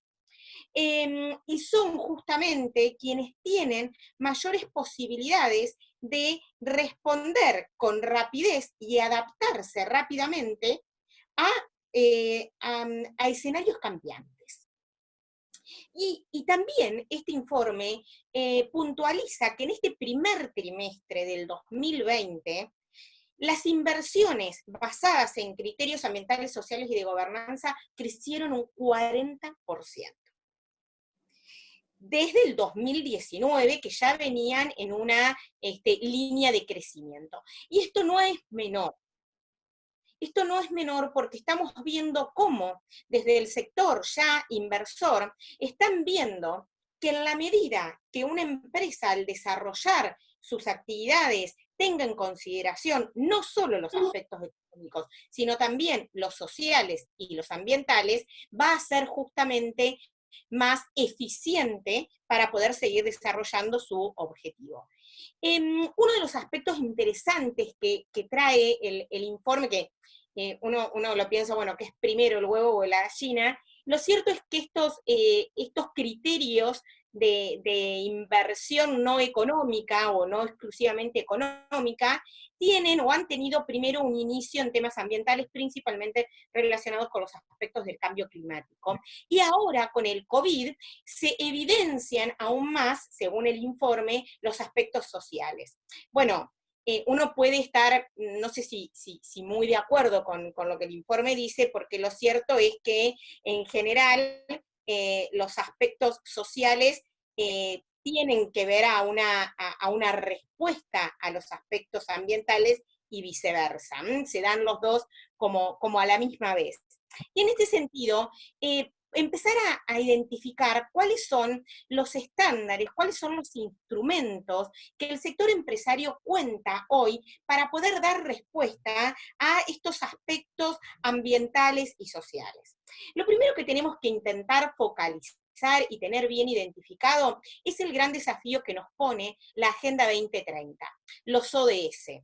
Este punto de partida que podemos identificar como el año 2015 de una nueva visión de la comunidad internacional acerca del futuro, acerca de los modelos de desarrollo, y justamente, ustedes fíjense que los ODS se lanzan en septiembre del año 2015 y Naciones Unidas plantea que este año 2020 es el punto de partida del inicio del cambio. ¿Por qué el inicio del cambio? Entendiendo que estos primeros 5 años fueron de adaptación de conocimiento y que la década de cambio 2020-2030 es justamente la que iniciamos este año, en donde justo en el inicio esta crisis global sanitaria nos pone en jaque. Si seguimos viendo y enmarcados en este concepto que traen los ODS, también podemos encontrar los diferentes sistemas de gestión que las empresas pueden implementar.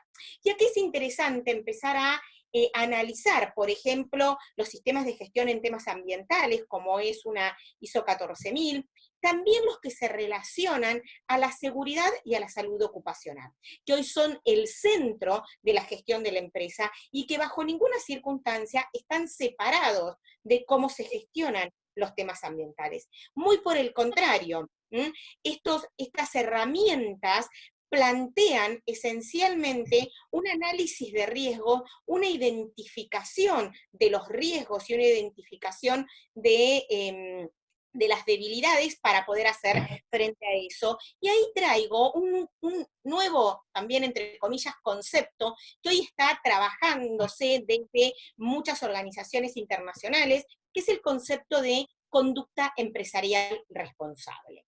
¿Y qué es la conducta empresarial responsable? Y esto es esencialmente la OCDE tiene o ha lanzado en el año 2018 una guía sobre conducta empresarial responsable y la debida diligencia, y esencialmente la conducta responsable es ese dinamismo de las empresas que en su propio desarrollo evitan y abordan consecuencias negativas que sus actividades pueden generar y de esta manera contribuir al desarrollo sostenible. Pero cuando hablamos de estos conceptos, y estamos hablando de los ODS, de una ISO 14.000, una ISO 45.000, que es la de seguridad, y hablamos del concepto de diligencia, el concepto de conducta empresarial responsable, y esto está obviamente muy dirigido al sector privado.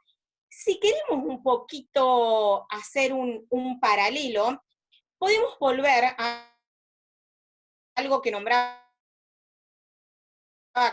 General del Ambiente. La Ley General del Ambiente, en su artículo 8, nos plasma o nos plantea cuáles son los instrumentos de la política ambiental nacional. Y si pasamos o hacemos un paralelo entre las herramientas que la ley le da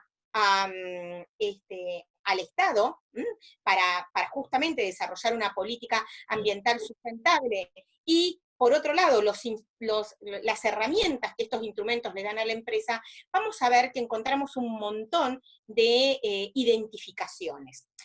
Por ejemplo, Claudia hablaba del ordenamiento ambiental del territorio. Es una herramienta esencial como modelo de gestión. Lo mismo los procedimientos de evaluación de impacto ambiental, que siguen en su mirada y en su finalidad esta idea de prevenir los daños que se puedan causar.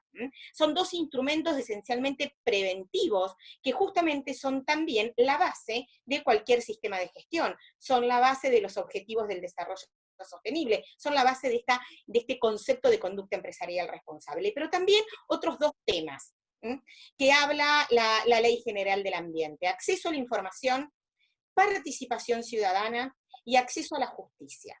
Y esto también está relacionado y es parte de todos estos instrumentos empresarios que les comenté, quizás hablando de otra manera, hablando de procesos participativos, de identificación de partes interesadas, de gestión de los grupos de interés, de comunicación, de reporte, de información, y que también son aspectos que nos trae el convenio de Escazú, justamente sobre acceso a la participación, acceso a la información y acceso a la justicia en temas ambientales, que esperamos que Argentina lo ratifique pronto. Entonces vemos cómo, tanto desde una mirada quizás de política pública y también desde una mirada de gestión empresaria, los conceptos que nos llevan en esencia es esta mirada preventiva, esta mirada de análisis de riesgo y de gestión de riesgo con enfoque de sustentabilidad, con enfoque de largo plazo.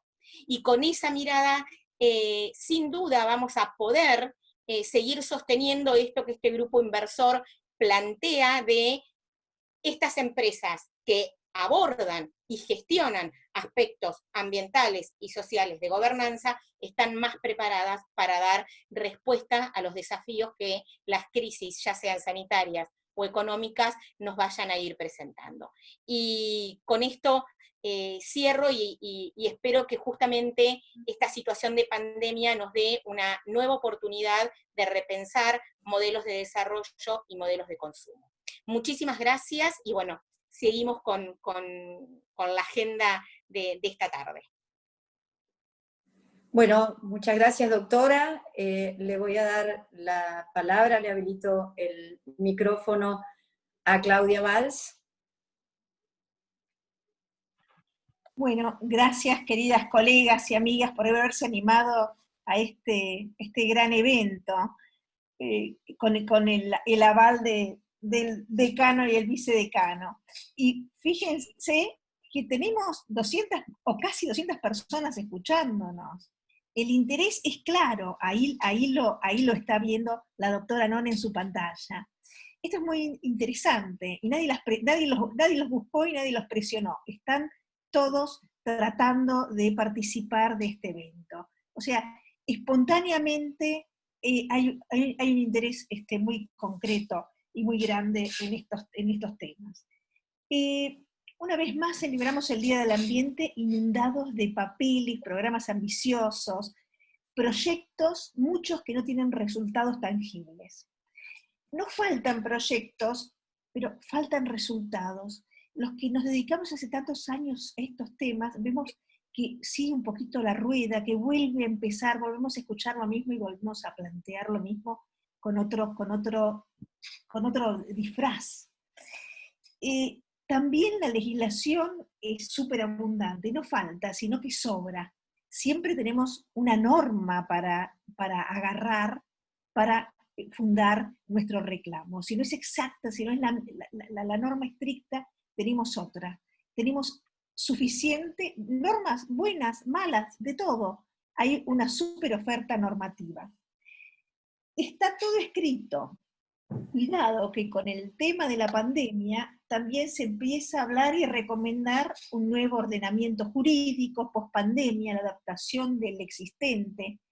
Ojo, que no sea una trampa más, parece negativo mi discurso, pero estamos acostumbrados a decir que el código de minería no sirve, dictemos uno nuevo, que la norma no sirve, dictemos una nueva. Que no sea una trampa para dejar de aplicar la norma existente, o el montón de normas existentes. ¿Necesitamos un ordenamiento post-pandemia?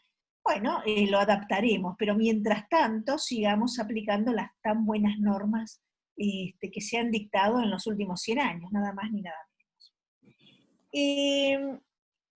Fíjense que con, no sé por qué le dicen coronavirus, porque la traducción es más, porque es virus corona, no coronavirus, porque hablamos en español. Cuidado con la ilusión del coronavirus o de esta gran pandemia que nos está dejando el ambiente tan limpito. Es momentáneamente, al haber menos producción, y menos producción tenemos menos actividad económica y por lo tanto menor contaminación. Pero esto también tiene otra cara, las dos caras del coronavirus. Hay menos vigilancia y menos participación pública, porque nos tienen encerrados, entonces tenemos que manifestarnos por este Zoom, que no es tan eficiente como cuando nos dejan sueltos. Entonces, por un lado menos contaminación, pero por otro lado también la mala conducta ambiental es invisible, porque no estamos pudiendo vigilar ni participando, sino mucho más limitados. Y sigo con la estrecha relación del coronavirus con el ambiente. Fíjense, mayor acceso al agua limpia, menos corona. Menor contaminación atmosférica, menos muertes al haber contraído el corona. Y por simple es lo que les quería decir, y sin apartarme del escaso tiempo que tenemos, pero así nos podemos escuchar todos, es que yo creo que es tiempo de acciones concretas y simples. No necesariamente acciones dependientes de la tecnología o de cuestiones complejas, sino simples. Y solamente voy a mencionar dos. O sea, ¿seguimos escribiendo este montón de buenas ideas que venimos escribiendo hace 100 años o no habrá que limpiar el piso de tu casa? Pensando en dos nada más, porque estuve participando en una de ellas estos últimos días, ¿por qué no hacemos compost? Por ejemplo, todos los que viven en casa, si el 70% de los residuos domiciliarios son orgánicos, los que vivimos en departamento no podemos hacerlo porque es un asco. Pero si el que vive en una casa, cualquiera que vive en una casa, hace compost con el residuo o lo entierra, como hacía mi abuelito, tenemos el 70% menos de los residuos domiciliarios, 70% más o menos. 64 en un lugar, 70 y pico, pero es impresionante lo que podemos lograr nada más que haciendo compost.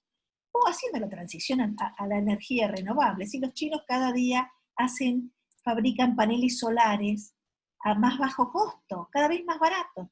Hagan la comparación de los últimos 20 años. ¿No será momento de empezar a hacer las cosas simples y fáciles para que realmente podamos celebrar el Día del Ambiente? Bueno, gracias por compartir. Y bueno, no sé, creo que falta el doctor Franza, ¿no?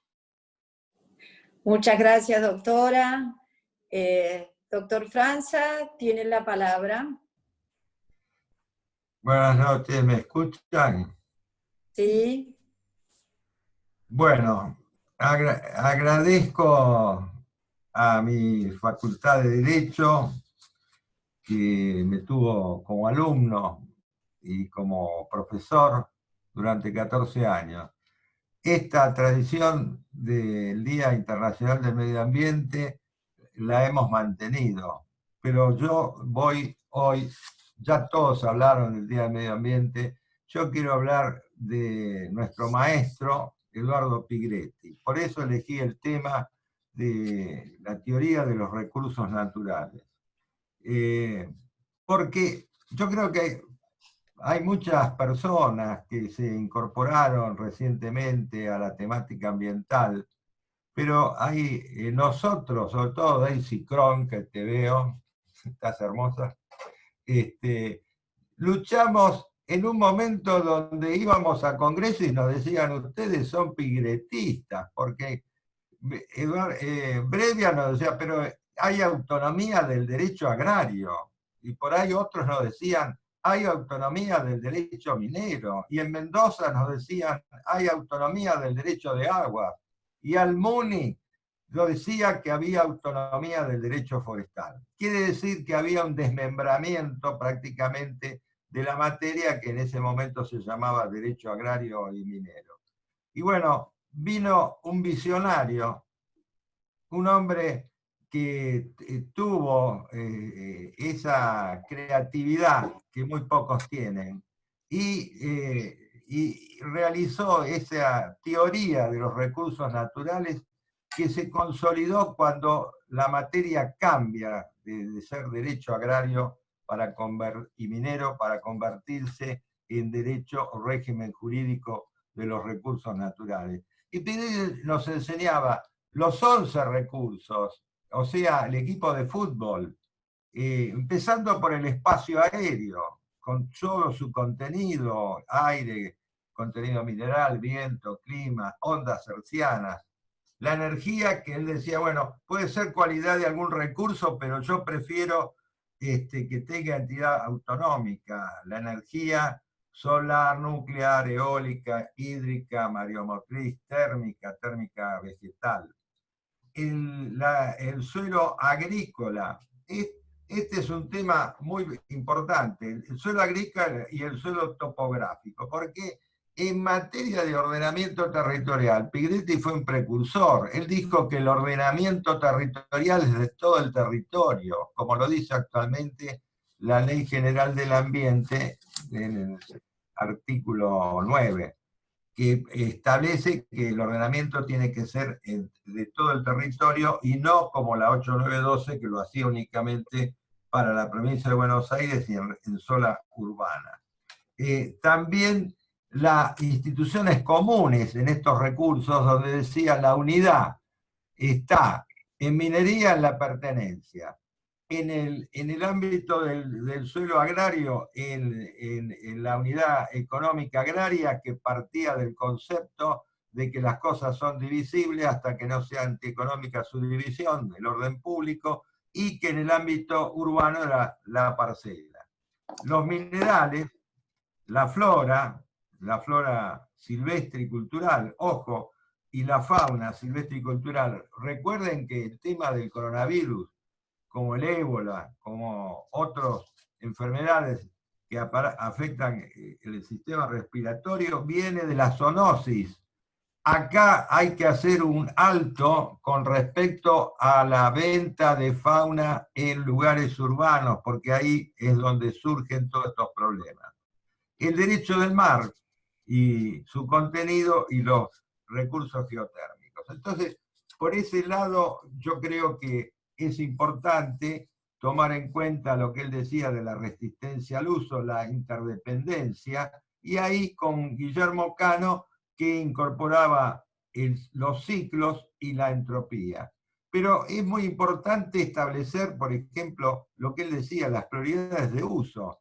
Las prioridades de uso entre distintos recursos y entre un recurso con respecto a sus usos útiles. El ejemplo claro es el agua, que en la ley de hidroelectricidad, 15.336, establece la prioridad de uso, doméstico, agrícola y luego el hidroeléctrico. Entonces, este tema creo que es muy importante. También él juntó en política legal de los recursos naturales unas ideas interesantes que llegan un poco a establecer criterios de economía ambiental y con un enfoque ecocéntrico, no antropocéntrico. Y nos enseñaba las series, repensar, refabricar, reparar, redistribuir, reducir, reutilizar, reciclar, recuperar. Esto está vinculado con el cambio climático.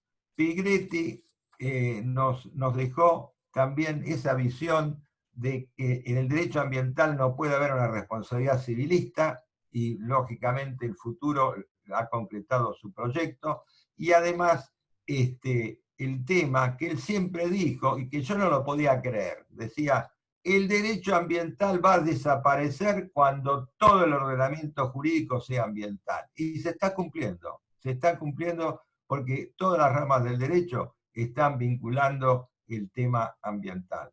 Yo quisiera que la doctora Nona pasara como homenaje a dos personalidades del derecho ambiental, que son además doctorados honoris causa de la UBA, Paulo Alfonso Leme Machado y Michel Priet. Creo que sería una contribución muy emotiva para el maestro que se nos fue en plena pandemia y no pudimos de ninguna manera despedirlo como se merece, pero creo que este Día Internacional del Medio Ambiente es un momento digno para hacer una honra a su memoria.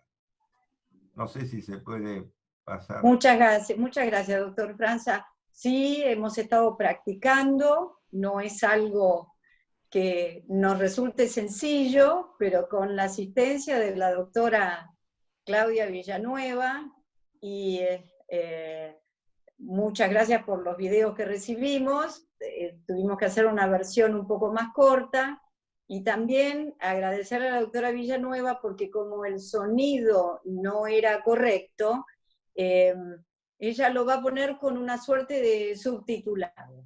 Así que los vamos a ver, los vamos a escuchar bajito, los vamos a poder leer, y sí, les comento que todo este evento está siendo grabado, va a ser subido a la página web de la facultad, y los videos también los vamos a subir en forma completa. Así que le voy a pedir a la doctora Claudia Villanueva que lo intente, y luego tenemos el cierre, que está presente el vicerrector de la Universidad de Buenos Aires, el doctor Juan Pablo Mas Vélez.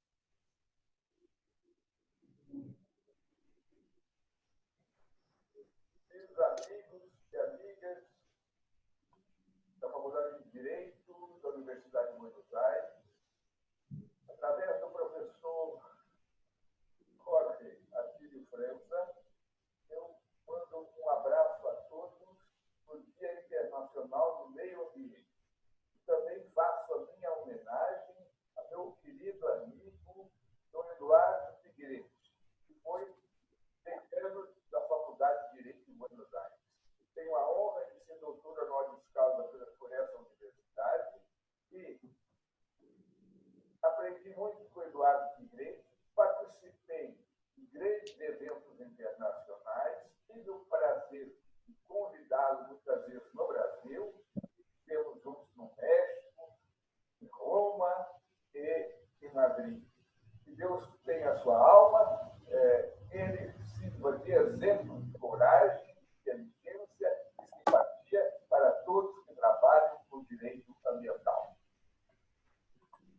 Bueno, yo le voy a agradecer al doctor Leme Machado, aunque no me esté escuchando, escuchando y le vamos a hacer llegar el agradecimiento por este aporte en un día como hoy y con una referencia tan concreta a nuestra facultad y al maestro Pigretti. Bueno, y ahora Claudia intentará el segundo video y está muy bien el subtitulado. Gracias, Claudia.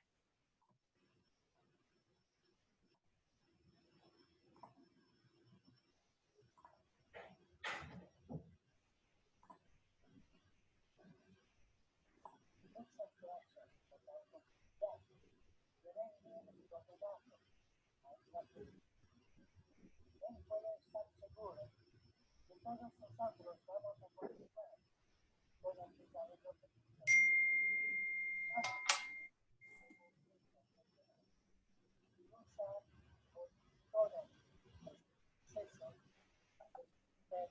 ahora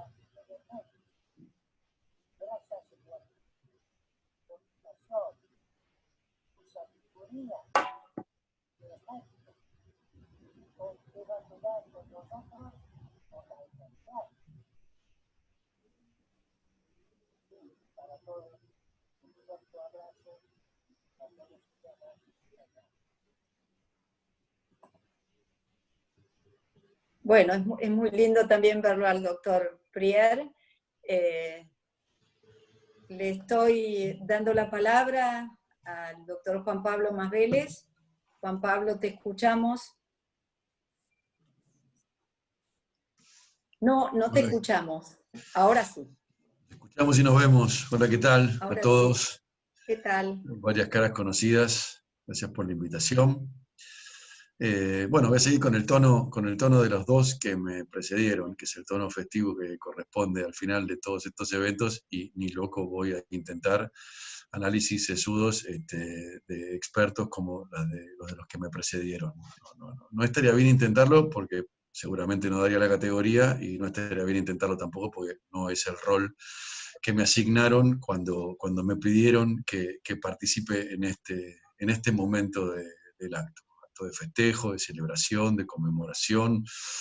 Me parece que en mi rol hoy deberíamos rescatar 2 o 3 cuestiones centrales de la época que nos toca vivir desde el rol que nos reúne acá, que es centralmente el de universitarios, ¿no? Supongo que desde distintos roles, algunos seremos docentes, otros merecen con todas letras el nombre de profesores, otros serán además investigadores, y muchos, entre todos los que estamos acá, serán alumnos en distintos niveles de esta universidad. Alguno quizá por ahí perdido de público general también acompaña seguramente una preocupación común, que es la que hoy nos reúne acá, que es la que hizo que durante horas ustedes presentaran inteligentemente un conjunto de herramientas en las que se ha trabajado por décadas y que en términos generales uno puede considerar a esta altura, con el grado de avance que tiene el derecho ambiental, herramientas eficaces, eficientes, y que no siempre han tenido la suerte de encontrar el lugar que nosotros entendemos merecen en la agenda de políticas de nuestro país y en la agenda global, y en la de otros países próximos o hermanos que esperaríamos tuvieran un equilibrio y una relación más armónica, más inteligente, seguro, sustentable con el ambiente. Que la establecieran además en condiciones tales que aseguraran que ese modelo de desarrollo distribuyera de manera igualitaria los bienes que produce, y que se organizara esa sociedad, esa que regula ese modo de producción, de forma tal de que su gobierno cumpliera con su función de manera transparente, de manera dialogada, de manera plural. Como les decía, creo que estas herramientas que ustedes han descrito son eficientes, claramente, y que hoy esta crisis que nos toca atravesar, esta crisis sanitaria que ha puesto o ha desnudado varias otras, una de nuestra democracia, nuestras instituciones, permite avisorar una oportunidad. Empieza a discutirse en la academia, en los medios, en la política, la salida de esta situación crítica que nos ha tocado atravesar. Y parecieran dibujarse dos grandes campos, ¿no? que debaten sobre cuál debería ser esa salida. Uno que pretende volver a una normalidad anterior, sin tomar nota de esta experiencia, y otro que plantea la necesidad de tomar debida nota de la crisis que acabamos de atravesar, y sin necesidad de vivir bajo la amenaza de una próxima igual a esta, tener la inteligencia que nos permita redefinir nuestro modo de organizarnos colectivamente de forma tal de establecer una mejor relación con nuestro entorno, un modo de producción sustentable y un modo de organización social que comprenda mejor las necesidades de todos y cada uno de nosotros. En esto creo yo el aporte de la universidad, el aporte de la ciencia es crítico, es fundamental.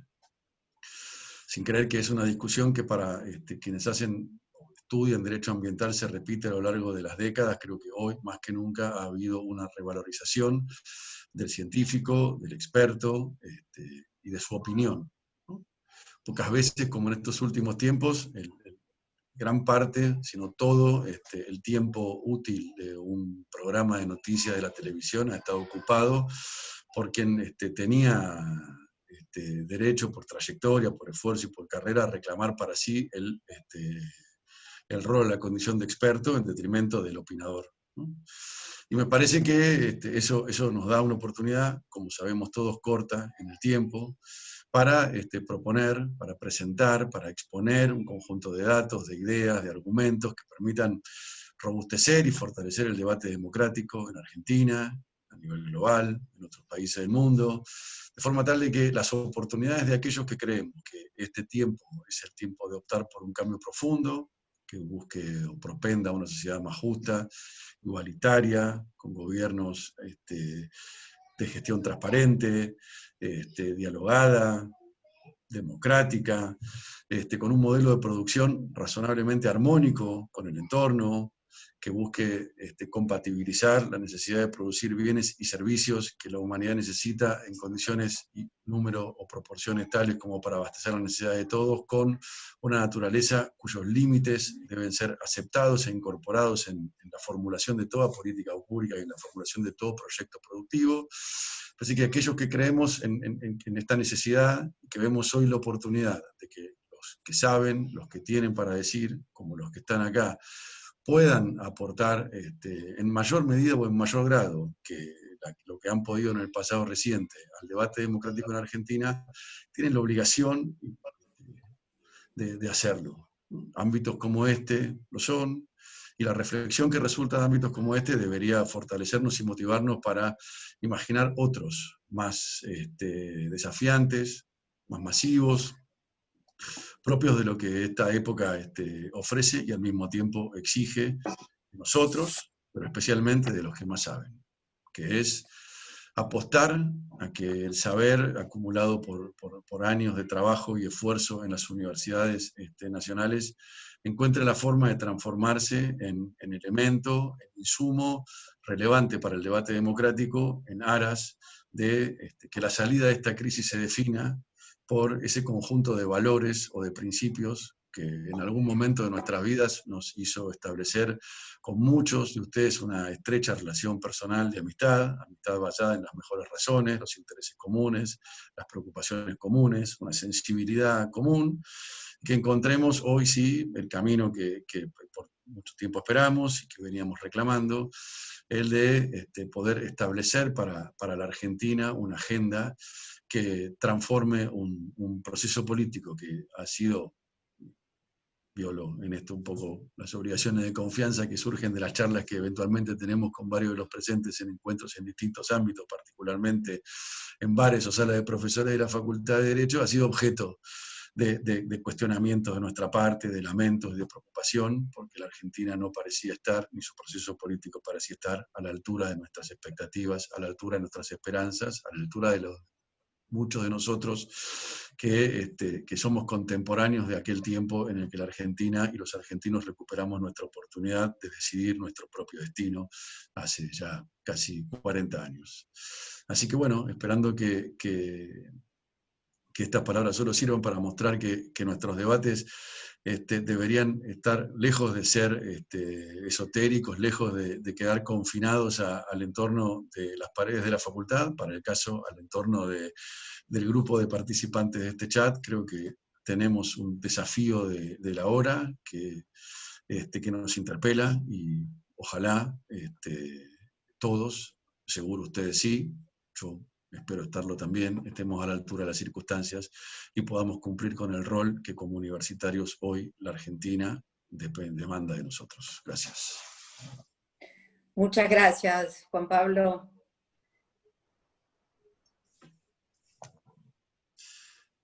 Daisy. Bueno, felicitar a todos los participantes, exposiciones excelentes, pero más que las exposiciones, el sentir, la cultura, la pasión y el sueño que demuestran en este desafío que es el ambiente para el mundo. Quiero rendir homenaje también a quien fuera un gran maestro, rendir homenaje a todos los que están transitando en este momento por el derecho ambiental, y a los futuros, a los que empiezan, a aquellos que tienen la perspectiva y la esperanza de lograr con el ambiente algo mejor para todos. Leila. A ver.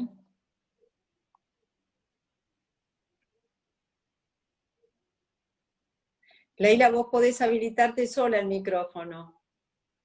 Ahí está. Pero. Gracias a todas y todos. Todavía hay 100 participantes, a los expositores, a todos los participantes. La verdad que una jornada espectacular, solamente, bueno, empañada por supuesto por esta crisis que estamos viviendo, pero solamente, como dice una gran autora que me gusta mucho, no es permanecer ni transcurrir, hay que honrar la vida. Y creo que lo que estamos tratando de hacer es seguir y continuar. Gracias, doctora Nona, gracias, Juan Manuel, también por el tema de las comunicaciones. Y bueno, nos veremos muy prontito en otra charla CEDAF. Chau, chau. Chau, chau.